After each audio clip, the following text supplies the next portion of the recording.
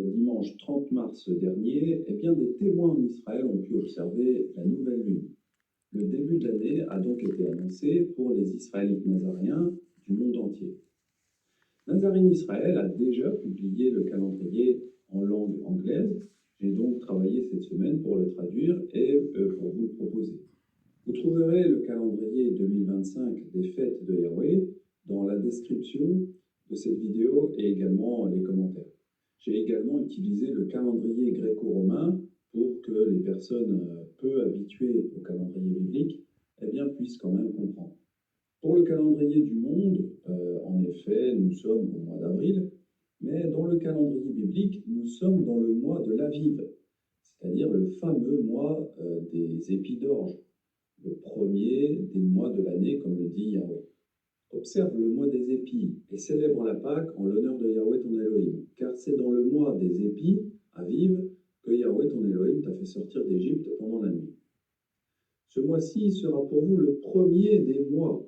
Il sera pour vous le premier des mois de l'année.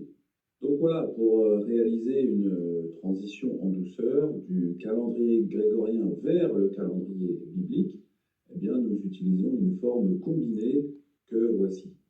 Alors, dans la forme gréco-romaine du calendrier, vous pouvez observer que la fête de Pessah, ce sera le 13 avril en fin d'après-midi. Vous pourrez à ce moment-là préparer le repas de Pessah, donc avec de l'agneau, des herbes amères et des pains sans levain. Une fois que vous avez fini de préparer le repas, vous ferez la Pâque en famille.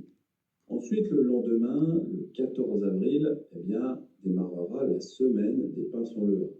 Pendant 7 jours, vous mangerez des pains sans levain. Dès le premier jour, il n'y aura plus de levain dans vos maisons, car toute personne qui mangera du pain levé, Hametz, du premier jour au 7e jour, sera retranchée d'Israël. Assurez-vous bien de nettoyer votre maison de tout levain, sachet de levure, du pain, tout ce qui est levé, des biscottes, etc. Enfin voilà, tout ce qui contient du Hametz.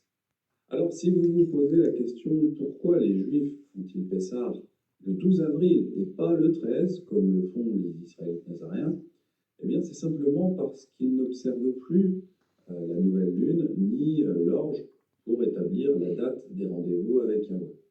En effet, si vous tapez Pessah 2025 sur Google, vous tomberez sur la date, mais du calendrier juif, et donc du calendrier rabbinique. Alors certaines années, il y a juste un décalage d'un jour, comme cette année par exemple, mais parfois ça peut être un mois de décalage et même parfois 2 mois de différence entre le calendrier rabbinique et le calendrier de la Torah.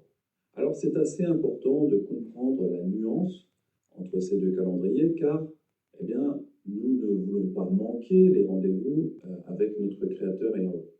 D'ailleurs, si vous voulez savoir pourquoi les Juifs suivent un calendrier différent de celui que suivait Yeshua au 1er siècle, allez voir la vidéo Pourquoi les Juifs ne suivent plus le calendrier de la Torah.